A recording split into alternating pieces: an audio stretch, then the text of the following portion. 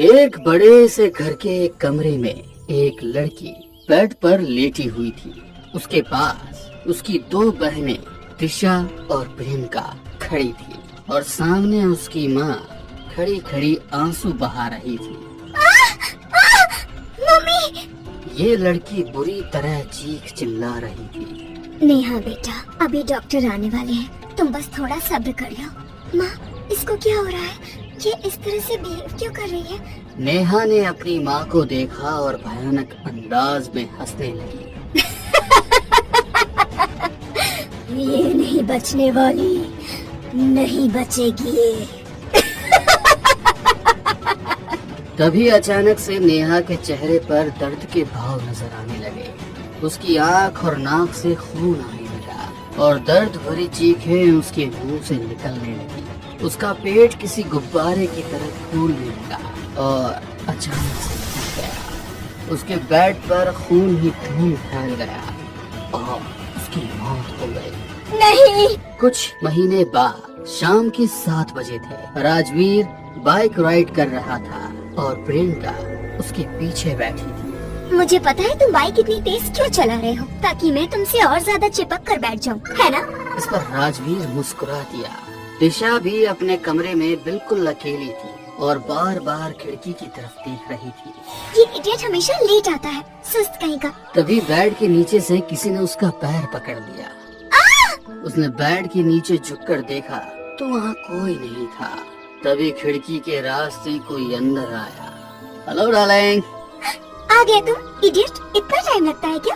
अरे सॉरी यार, बस घर से निकलने में देर हो गई। देखो मैं तुम्हारे लिए क्या लाया हूँ। करण अपने पॉकेट से कुछ निकालने वाला था कि तभी अचानक से उसकी आंखें फटी की फटी रह गई। उसने देखा कि दिशा के ठीक पीछे काले लिबास में एक औरत खड़ी है। उसका चेहरा बहुत भयानक था, आंखें लाल लाल थी और मुंह से खून टपक रहा था।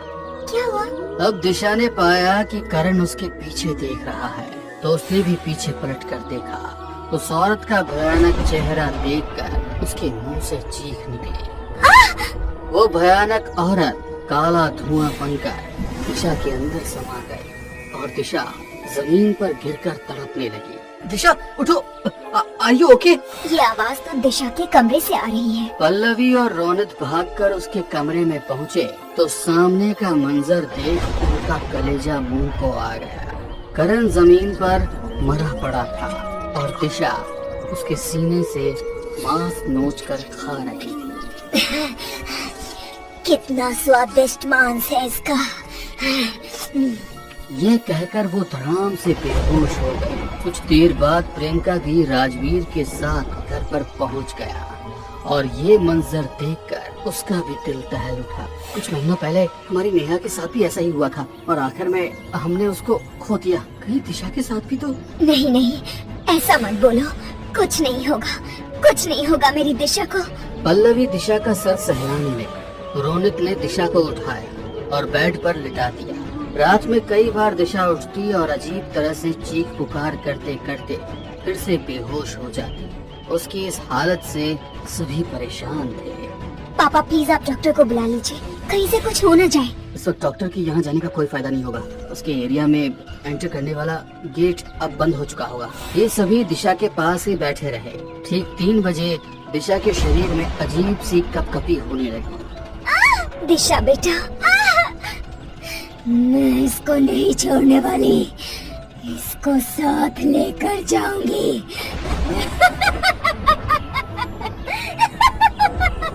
दिशा के आँख, कान और मुंह से खून निकलने लगा और उसका पेट भी किसी गुब्बारे की तरह फूलने लगा। नहीं, मेरी बच्ची को कोई बचाओ।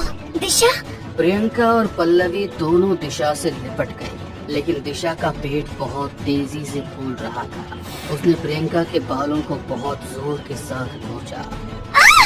दिशा ने प्रियंका के बाल की एक लट तोड़कर उसको अपने मुंह में रख लिया और तभी उसका पेट किसी गुब्बारे की तरह फट पड़ा।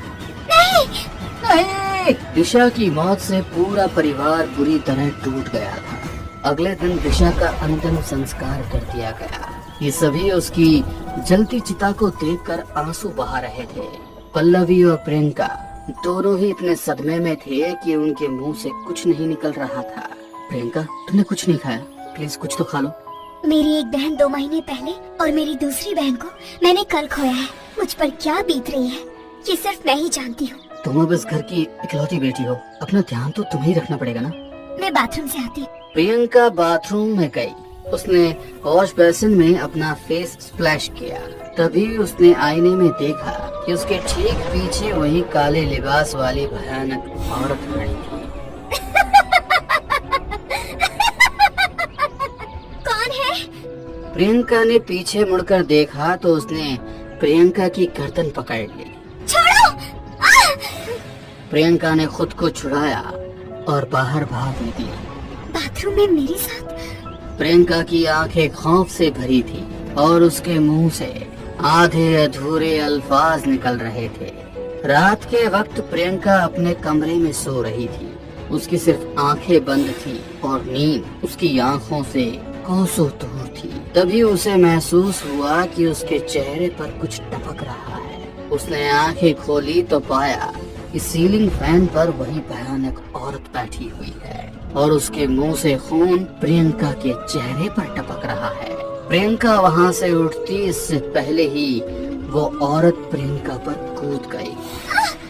मम्मी, बचाओ! राजीव! ये तीनों अब उसके कमरे की तरफ भागे और उन्होंने पाया कि वो अपने बेड पर नहीं है।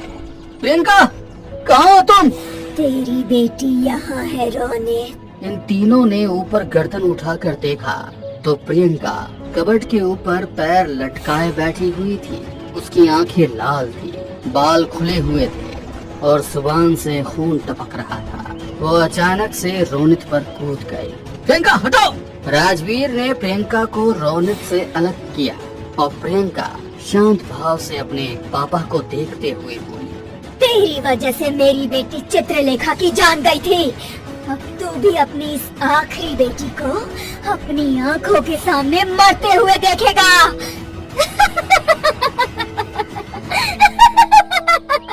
ये सुनते ही रोनित के पैरों तले जमीन निकल गई। वो अपने घुटनों पर आ गया और उसकी आंखों से आंसू ऐसे फूटने लगे जैसे उसे अपनी किसी बड़ी गलती का पछतावा हो रहा हो। डैडी, आपको कुछ पता है तो बता दीजिए, ये किस चित्रलेखा की बात कर रही है? ये बात 23 साल पुरानी है। मैं उस टाइम गांव की एक लड़की चित्रलेखा से प्यार करता था। उसके पिता नहीं थे, ना ही कोई भाई बहन, सिर्फ एक माँ थी जो उसको बहुत प्यार करती थी। मैं उससे प्यार जरूर करता था लेकिन शादी के बारे में कंफर्म नहीं था। फिर पापा ने मुझे यहाँ शहर में भेज दिया और यहाँ आने के बाद मैं चित्रलेखा को भूल गया था। फिर मुझे यहाँ पल्लवी मिली और मैंने उसी से शादी कर ली। तो आपको नहीं पता था कि चित्रलेखा और उसकी माँ का क्या हुआ? नहीं, मुझे कुछ भी नहीं पता। ठीक है पापा, आप मुझे आपके गांव का नाम बताइए, मैं वहीं जाकर पता करूंगा उसके बारे में। अब रोनित ने राजवीर को अपने गांव माधवगढ़ का पता बता दिया। राजवीर उसी वक्त माधवगढ़ पहुंचा और वहां उसकी मुलाकात एक आश्रम में रहने वाले स्वामी से हुई। चित्रलेखा हमारे गांव की सबसे खूबसूरत लड़की थी। वो रोनित से बहुत प्यार करती थी, इसलिए जब रोनित यहाँ से शहर चला गया तो वो बहुत बेचैन रहने लगी। रोनित का न कोई खत आया और न वो खुद आया। चित्रलेखा ने उसके गम में खाना पीना छोड़ दिया और एक दिन वो इस दुनिया से चली गई। उस रोनित ने मेरी फूल जैसी बच्ची के दिल से खेला। मेरी बच्ची की जान मैंने अपनी आंखों के सामने जाते हुए देखा है। अब वो भी अपनी हर बेटी की जान अपनी आंखों के सामने जाते हुए देखेगा। मंजरी ने घर के अंदर बंद होकर काली विद्या शुरू की और फिर एक दिन रहस्यमय तरीके से उसकी मौत भी हो गई। उसने अपनी आत्मा का त्याग काली शक्तियों को दे दिया, इसलिए मरने के बाद वो और शक्तिशाली हो गई। फिर उसने रोनित की सबसे छोटी बेटी के शरीर पर कब्जा करके उसकी जान ले ली। लेकिन वो एक बार किसी के शरीर में घुस जाए तो उसके मरते ही उसे दूसरे शरीर की जरूरत पड़ती है। इसलिए नेहा के मरते ही उसने दिशा के शरीर में वास किया और दिशा के मरते ही अब वो प्रियंका के शरीर के अंदर है। स्वामी जी, प्रियंका को बचाने का कोई तो रास्ता होगा ना? प्लीज मुझे बता दीजिए। तुमको एक साधना करनी पड़ेगी, 3 रातों की एक साधना। ये कहकर स्वामी जी ने राजवीर को एक विधि बताई। राजवीर सभी सामग्री के साथ कुंड के सामने जमीन पर बैठ गया और अपने सामने एक कील को रखकर उसने साधना शुरू की। इस तरफ रोनित और पल्लवी प्रियंका के पास बैठे हुए थे। राजीव वहाँ पहुँचा या नहीं, उसकी कोई खबर नहीं है, ना उसका मोबाइल लग रहा है। भगवान पर भरोसा रखो। मैं तो मेरी बेटी को नहीं बचा पाया, लेकिन राजवीर जरूर अपने प्यार को बचा पाएगा। राजवीर की कोई खबर नहीं थी और प्रियंका की हालत बिगड़ती जा रही थी। कभी वो हंसती तो कभी रोती, कभी कमरे से भागकर बाहर निकल जाती तो कभी घर की चीजों को इधर उधर फेंक देती। रोनित, आज तीसरी रात है, राजवीर का कुछ पता नहीं है, मुझे बहुत डर लग रहा है।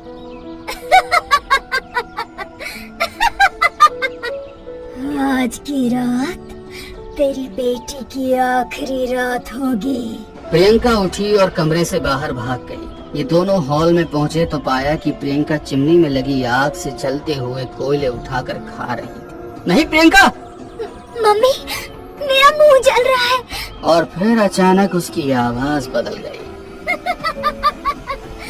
आज की रात मैं जी भर के इसके साथ खेलूंगी।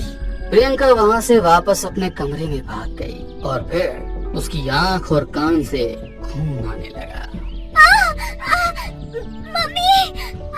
प्रियंका बेटा नहीं! ये दोनों प्रियंका को संभालने की कोशिश कर ही रहे थे, लेकिन उसने उन दोनों को एक तरफ धकेल दिया और अब उसका पेट भी उसी तरह फूलने लगा जैसा पिछली दोनों बहनों का फूला था। नहीं प्रियंका बेटा, मैं तुमको नहीं खोना चाहती। प्रियंका का पेट फटने ही वाला था कि तभी अचानक वहाँ पर राजवीर आ गया। इसने अपने हाथ में पकड़ी हुई वही कील प्रियंका के कंधे में गाड़ दी। नहीं! प्रियंका बुरी तरह छटपटाने लगी, लेकिन राजवीर ने उसे नहीं छोड़ा। फिर एक तेज चीख उसके मुंह से निकली।